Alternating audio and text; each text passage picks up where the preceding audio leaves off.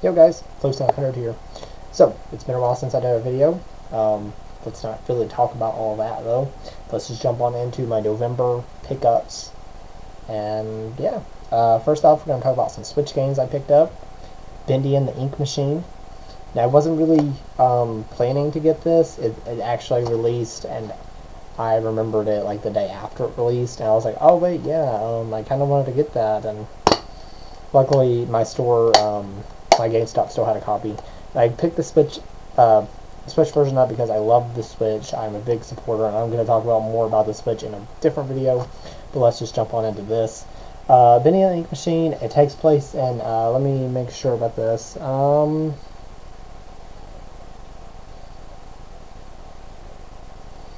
think it's like the 1960s or something like that. 1950s.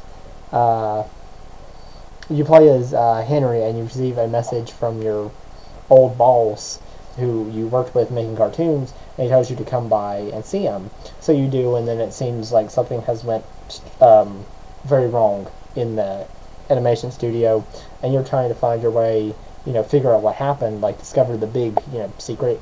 And from what I've seen so far, it deals with an ink machine, obviously, Bendy and the Ink Machine. But Bendy is actually the cartoon that was made, and it seems really cool. I'm not too far. I'm only on chapter 2. I heard it's not that far long, though. I do ask no spoilers. I really hate spoilers like a lot. But anyway, if you're looking for just a okay horror game, I mean, it's not like horror like you would find in like Silent Hill or Resident Evil game or something like that. But it's pretty good for the money. You can buy, let's see, PS4 and Xbox One are like 20, and Switch version's 30. But it is what it is.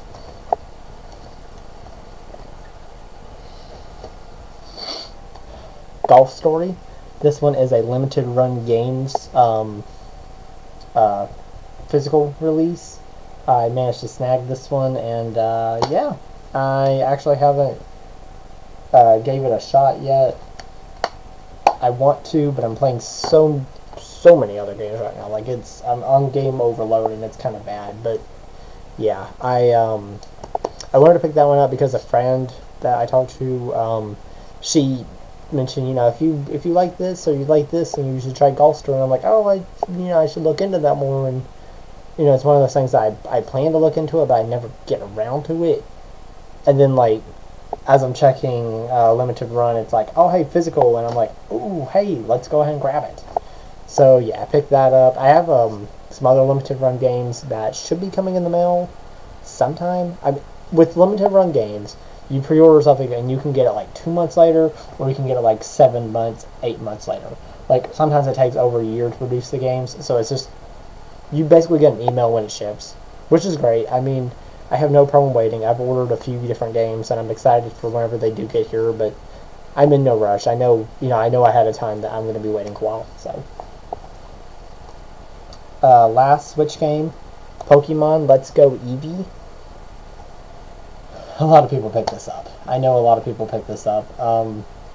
I wasn't going to pick it up. I told myself no.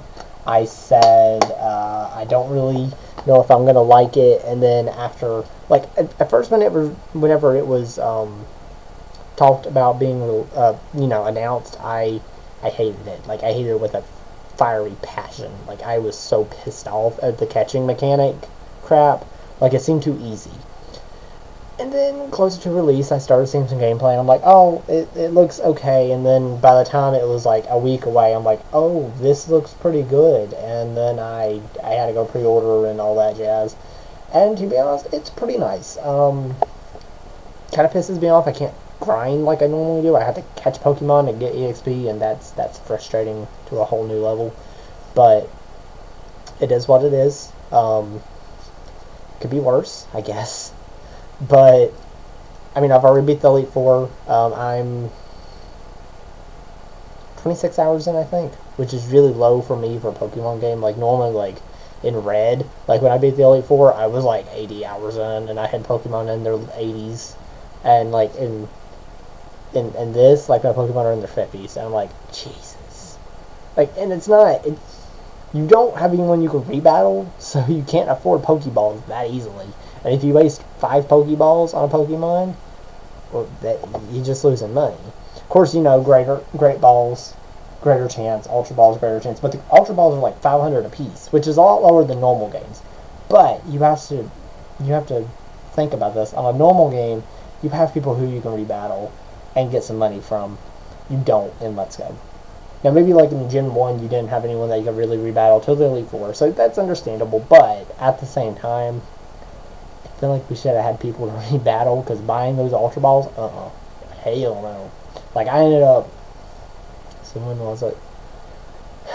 I was on Cinnabar, and I decided to start using Pokeballs to see how it went, and I was using, like, just to give, I'm sorry, I'm going to shove about this game in a minute, but just to give some estimation, I was using Pokeballs, and I was throwing, like, maybe anywhere from, I was using anywhere from 5 to 8, maybe, a little less, maybe, but, you know, that was, they're $100 a piece, so you're looking at $500 to $800 to catch one Pokemon. Alright, that sounds steep, but Ultra Balls are $500. If that Pokemon breaks out of 2 Ultra Balls, that's already $1,000 right there.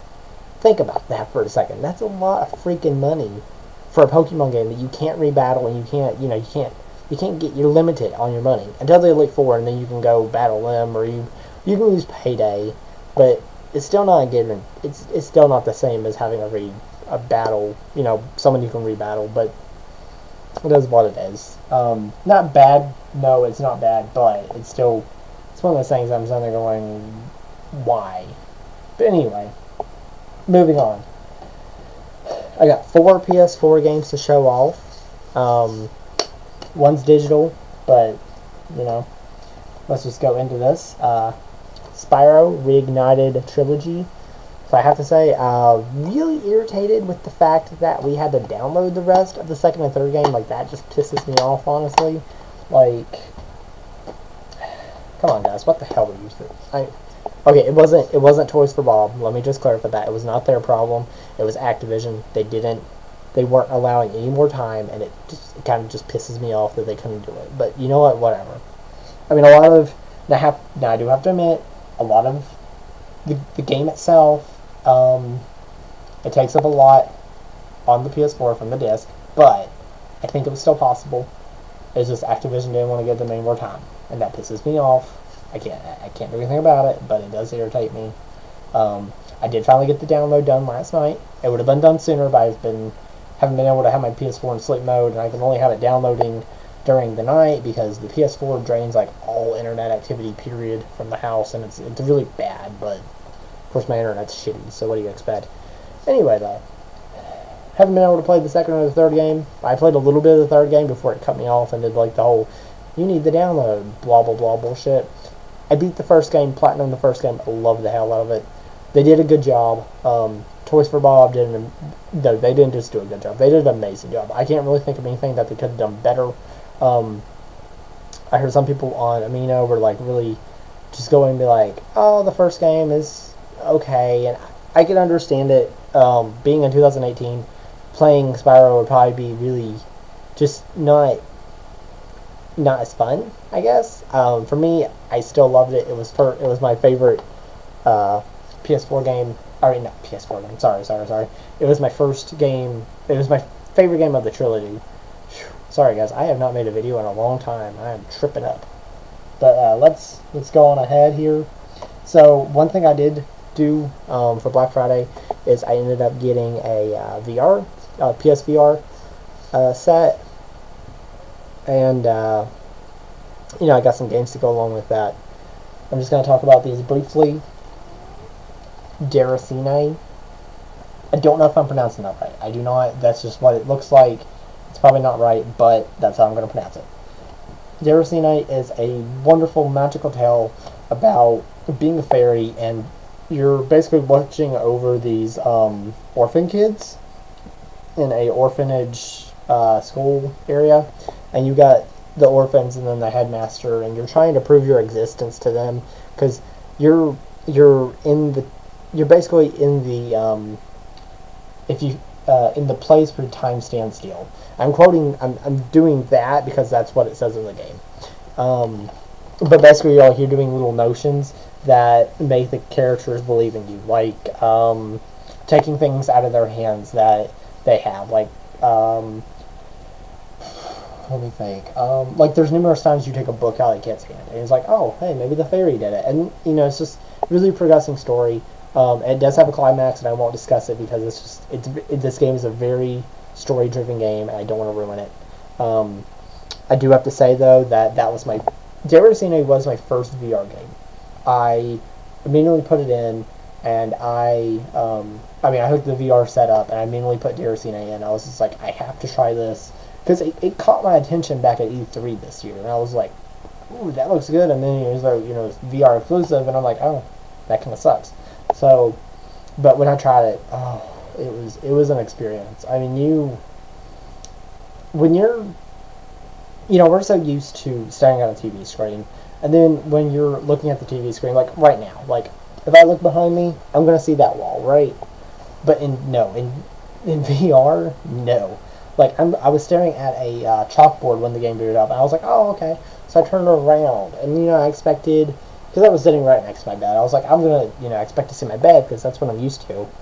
And no, it showed me the clashing behind it, and I was just like, this is beautiful, like this is crazy. It just gets better from there. The I don't want to talk about that too much, but the visuals just, Dyracino is one of the most visually pleasing games for VR, in my opinion. I haven't played a lot of them. I can't say for sure. If there is a better one, I'm sorry. I don't know it yet. But anyway, moving on. Last physical game I got, Home Sweet Home, a horror game that I had no idea about until recently, and it's actually released in 2017. Didn't know anything about that, but picked that up because it was VR enabled. You don't have to have VR for it, but it is enabled. And I am playing it in VR, and it's pretty damn creepy. I mean, you're playing, and then all of a sudden the woman like gives like a blood curdling scream, and it's like right in your ears because the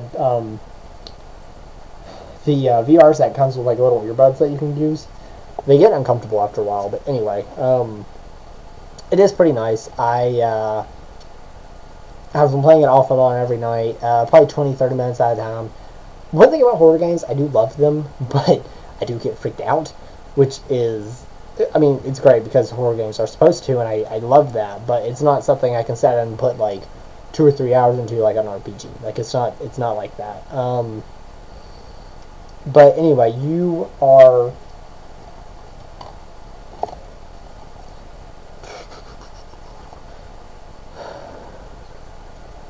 let me just read what the back says, because I don't know how to summarize this story yet. Find your wife before they find you. Unravel the sinister secrets of this high house of horrors. Use puzzle-solving stealth and your wits to overcome bone-chilling obstacles and bloody-thirsty spirits. The first in a new series of terrifying games. So anyway,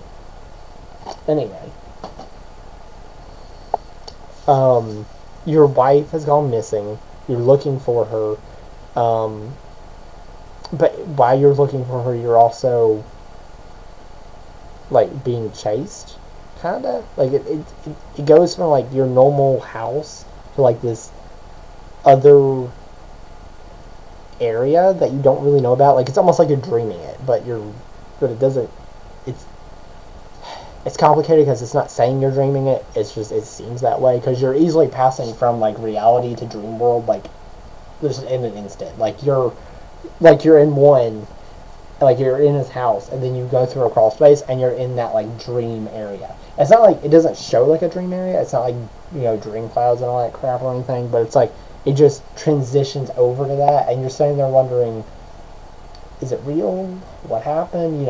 And you're figuring out Jane, his wife, is actually in there. Like she's she is in the same place you're exploring, and also it's pretty scary whenever you're in VR. Like I get creeped out because there are some jump scares, but on the other hand, like you're trying to maneuver around like this woman. Like I was moving, like at the beginning of the game, I was maneuvering around this woman trying to get by her to get to the other room, And it's pretty damn creepy trying to walk by her, and then all of a sudden you're like, oh, hey, I'm in the clear, and then she screams, and you're fucking dead. Oh. But, anyway, moving on to the last game, and it's digital. It is called Weeping Doll. Another VR game that I got on sale for 99¢. I thought it was going to be pretty good. I haven't got to play much. It's not really that interesting, to be honest. It's not exactly how I thought you would play it. The way that you're playing it, it should have been move enabled, because all you're doing is holding the DualShock, moving, like you're not even like actually walking the character, like you're moving this like shadow around and pressing the X button, and like they teleport. It should have been moved enabled if that was it. But anyway, haven't really played much. Not really sure when I'm gonna go around to it, because while I do like it, it's something I was expecting, and I'm kind of disappointed. But for 99¢, oh well. Yeah. So anyway, that is all from me for this month. I hope you guys enjoyed. Christmas is next month, so woohoo! But yeah, that's basically it. Future video ideas, I'm not really sure yet. I want to show my Switch collection at some point, because I do love my Switch, and I do want to talk about the future of the channel and what I want to do.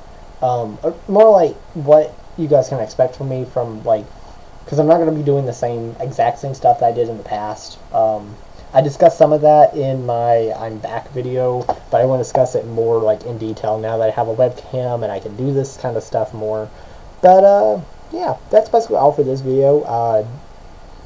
Hope you guys enjoyed. If you guys have been picking up stuff recently, drop it in the comments. And now I'm gonna go get a drink, because oh my god, it has been a long time since I made a video. Alright. Peace out, guys.